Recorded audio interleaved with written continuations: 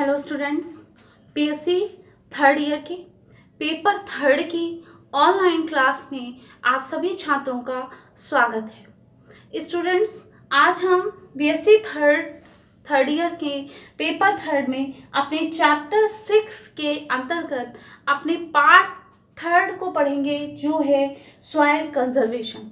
देखिए, इससे पहले हम लोगों ने मृदा अपरदन से इस चैप्टर की शुरुआत की थी, जिसमें हमने सबसे पहला टॉपिक अपना पढ़ा था मृदा अपरदन, और उसके बाद हमने अपना सेकंड टॉपिक पढ़ा था मृदा अपरदन के प्रभाव।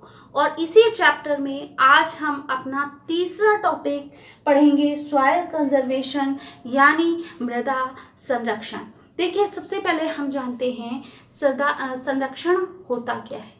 देखिए, संरक्षण जो शब्द है वो लैटिन भाषा के शब्द कॉन, एक साथ सर्वेयर यानी रक्षा करना से उत्पन्न हुआ है। इसलिए इसका तात्पर्य है किसी भी स्रोत के साथ साथ रक्षण करना।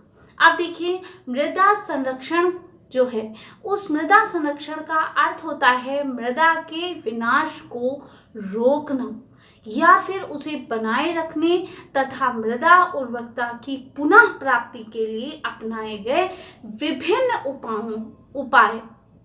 तो इसका ये होता है मृदा संरक्षण। अब देखिए, भारत में मृदा संरक्षण का नियंत्रण केंद्रीय मृदा संरक्षण परिषद के द्वारा जो 9 अनुसंधान केंद्र हैं, वो 9 अनुसंधान केंद्र कहाँ कहाँ हैं? आगरा में है, चंडीगढ़ में है, बेलारी में है, चकरील में है, देहरादून में है, जोधपुर, कोटा और ऊटक मंड, और हमारा हो गया वसाड़ के माध्यम से होता है। अगर हम मृदा संरक्षण के सिद्धांत की बात करें तो देखिए, मृदा संरक्षण के सिद्धांत कुछ इस प्रकार से हैं, जैसे कि वर्षा जल के प्रभाव से मिट्टी की सुरक्षा करना। दूसरा है ढाल पर बहते हुए जल की गति को कम करना। तीसरा है भूमि से निकट वायु वेग को कम करना। फिर चौथा है मृदा बंधन के लिए वनस्पति आचरण उगाना। तो ये सब हमारे क्या हैं? मृदा संरक्षण के सिद्धांत हैं। अब देखिए, जो मृदा संरक्षण की विधियां हैं, तो मृदा संरक्षण की हम विधियों में आते हैं, यानी उसके जो मेथड होते हैं, तो हम देखेंगे कि उसके मेथड क्या क्या हैं। सबसे पहले देखिए, जो सॉइल कंजर्वेशन है, तो सॉइल कंजर्वेशन में जो उसकी विधियां हैं, वो विधियां कैसी हैं? उन विधियों को हमने 3 भागों में बांटा है। जो पहली है बायोलॉजिकल, फिर है एग्रो हिस्टोलॉजिकल, फिर है मैकेनिकल। अब देखिए, सबसे पहले बायोलॉजिकल यानी जीव वैज्ञानिक विधियां, फिर है एग्रो हिस्टोलॉजिकल यानी कि हम कहेंगे यांत्रिक विधियां, और थर्ड है हमारी मैकेनिकल यानी सबसे पहले है बायोलॉजिकल यानी जीव वैज्ञानिक विधियां, फिर है यांत्रिक विधियां, और उसके बाद है अन्य सामान्य विधियां। तो आइए, अब हम सबसे पहले चलते हैं जो हमारी बायोलॉजिकल है, यानी जीव वैज्ञानिक विधियां हैं। अब देखिए, जो हमारी जीव वैज्ञानिक विधियां हैं, तो इस विधि में मिट्टी के ऊपर पादप आवरण बनाए रखकर संरक्षण प्राप्त किया जाता है, और इससे जल या वायु के द्वारा मिट्टी का क्षरण नहीं होता। अब देखिए, मिट्टी का क्षरण नहीं होता, और ये 3 प्रकार की हो सकती हैं। सबसे पहले हमारी हो सकती है एग्रोनॉमिक प्रैक्टिस। देखिए, सबसे पहली है हमारी एग्रोनॉमिक प्रैक्टिस, फिर हमारी हो सकती है शुष्क कृषि, और फिर हो सकती है घास वैज्ञानिक विधियां। तो आइए, अब हम सबसे पहले अपना सबसे पहला मेथड देखते हैं, एग्रोनॉमिक प्रैक्टिस। अब देखिए, जो एग्रोनॉमिक प्रैक्टिस है, तो एग्रोनॉमिक प्रैक्टिस में क्या होता है कि जो इसमें जो इसके लिए जो सामान्य कृषि वाले जो क्षेत्र होते हैं, उनमें पादप वनस्पति ही आवरण उगाते हैं, और ये एक प्रकार का पादप रक्षण होता है, जहां वनस्पति क्या करती है? वनस्पति मृदा संरक्षण का कार्य करती है, और इसे मृदा हानि कम होती है। तो ये हमारा क्या है? Agronomic practice. अब एग्रोनॉमिक प्रैक्टिस के बाद हमारा नेक्स्ट होता है क्रॉप रोटेशन।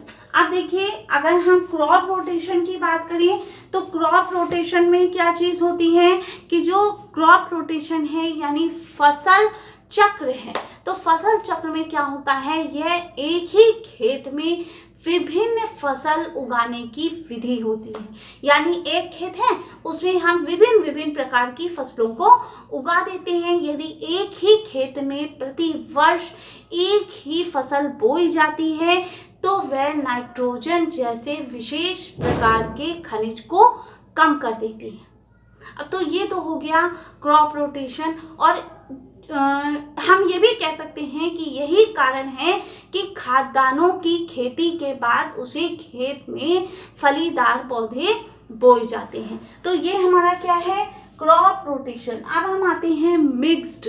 तो मिक्स्ड में क्या होता है कि मिली जुली खेती, यानी खेत की एक क्यारी में दो या अधिक फसल की रोपाई एक साथ की जाती है। जैसे कि हम देख सकते हैं ज्वार बाजरा, उड़द अरहर को एक साथ बोया जाता है और मिट्टी उर्वरता को एक ही समय में बहुत सी फसलों को उगाकर संरक्षित किया जाता है। इसके अलावा हम ये भी कह सकते हैं स्ट्रिप क्रॉपिंग। स्ट्रिप क्रॉपिंग में क्या होता है, सबसे पहले तो हम जान लें कि स्ट्रिप क्रॉपिंग होता क्या है। तो देखिए, फसल की पंक्ति और पट्टियों में रोपाई की जाती है ताकि जल बाहर ना निकले। तो इसे हम क्या कहते हैं, समुच्च पट्टी बुआई। तो समुच्च पट्टी बुआई में पौधों को ढाल के 90 डिग्री दिशा में रोपते हैं और मैदानी पट्टी बुआई में रोपाई का कार्य समांतर रूप से किया जाता है। अब देखिए, अब नेक्स्ट हम आते हैं किसमें, अपने एग्रोस्टोलॉजिकल में। अब देखिए, एग्रोस्टोलॉजिकल मेथड में क्या होता है कि इसमें सबसे पहले हमारा आ गया ले फार्मिंग। अब देखिए, ले फार्मिंग में क्या होता है कि अगर हम ले फार्मिंग की बात करें कि ले फार्मिंग से हमारा तात्पर्य क्या है, यानी पर्त कृषि। तो खेती की फसलों के साथ साथ घास की चक्रीय कृषि से होता है। ऐसी क्रियाओं में मिट्टी की उर्वरता और संरचना क्या होती है, उन्नत होती है। फिर हमारा क्या है, कंट्रोल ग्रेजिंग। कंट्रोल ग्रेजिंग में क्या होता है, जो पशु चरने वाले होते हैं, तो चरने वाले जंतुओं की संख्या भूमि क्षमता से कहीं मतलब कभी भी अधिक नहीं होनी चाहिए। निरंतर चरण भी नहीं होना चाहिए, क्योंकि इससे मिट्टी का वनस्पतिक आवरण क्या होता है, हट जाता है और क्षरण के लिए भूमि कैसी होती है, खाली हो जाती है। अब ये तो हमने एग्रोस्टोलॉजिकल की बात करी।